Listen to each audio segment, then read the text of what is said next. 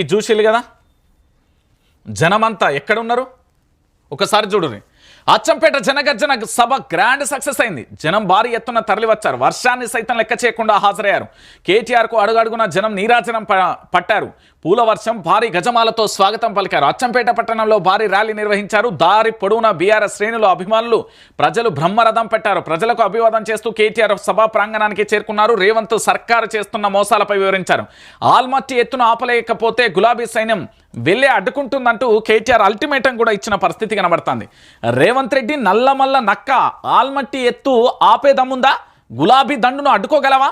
CM పదవి కాపాడుకునేందుకు కర్ణాటక కాంగ్రెస్ కుట్రలపై మౌనం. Palamuru project పూర్తి చేస్తే కేసీఆర్కు పేరు వస్తుందని పక్కన పెట్టారు. రియల్ ఎస్టేట్ పేరుతో రేవంత్ ఫ్యామిలీ 100 కోట్లు సంపాదించింది. రాష్ట్రంలో కాంగ్రెస్ బీజేపీ జాయింట్ వెంచర్ ప్రభుత్వం. 2 పార్టీలను రాజకీయంగా బొందపెట్టాలి. అచ్చంపేట నుంచి జైత్రయాత్ర మొదలు. అచ్చంపేట జనగర్జలో కేటీఆర్ అంటూ కూడా చెప్తున్న పరిస్థితి కనబడుతుంది. ఏమంటున్నారు? గులాబీమయమైన అచ్చంపేట జనసంద్రంగా మారిపోయింది. జనం సందోహంలో పూర్తి స్థాయిలో జనగర్జనకు తరలివచ్చిన జనం.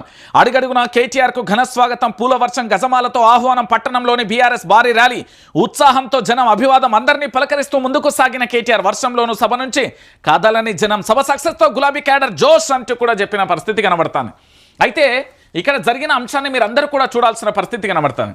నేనేమంటున్నానంటే బీజేపీ కాంగ్రెస్కు సంబంధించి 2 పార్టీలు కలిసే తెలంగాణకు నష్టం చేస్తున్నాయి. 12 ఏళ్లుగా ప్రజలను సతాయిస్తున్న పరిస్థితి కనబడుతుంది. ఈ జాయింట్ వెంచర్ సర్కార్ను ఎంత వీలైతే అంత త్వరగా కూడా మనం పొందపెట్టాల్సిన అవసరం ఉంటుంది. ఒకసారి ఇక్కడ చూడండి, నిన్న పూర్తి స్థాయిలో కేటీఆర్కు సంబంధించి వచ్చిన సభ ఎంత గ్రాండ్ సక్సెస్ అయిందంటే వర్షం కొట్టినా కూడా కార్యకర్తలు, అక్కడికి వచ్చిన ప్రజలు అక్కడి నుండి కదలలేదు అంటే ఒకసారి మీరు అందరూ కూడా ఆలోచించాలి. ఎందుకంటే కాంగ్రెస్ నాయకులు అందరూ కూడా పండుగలకు వస్తారు.